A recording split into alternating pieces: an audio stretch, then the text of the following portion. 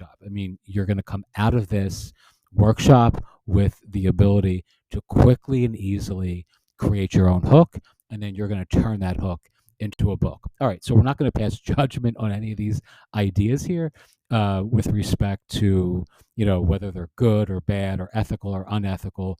We're just simply looking at various ways in which you can incorporate this idea of a hook into your book. All right, so we have folks in our community who are really active in the psychedelic and plant medicine space. I'm not judging whether that's a good idea or bad, but this is a simple hook for that sort of event.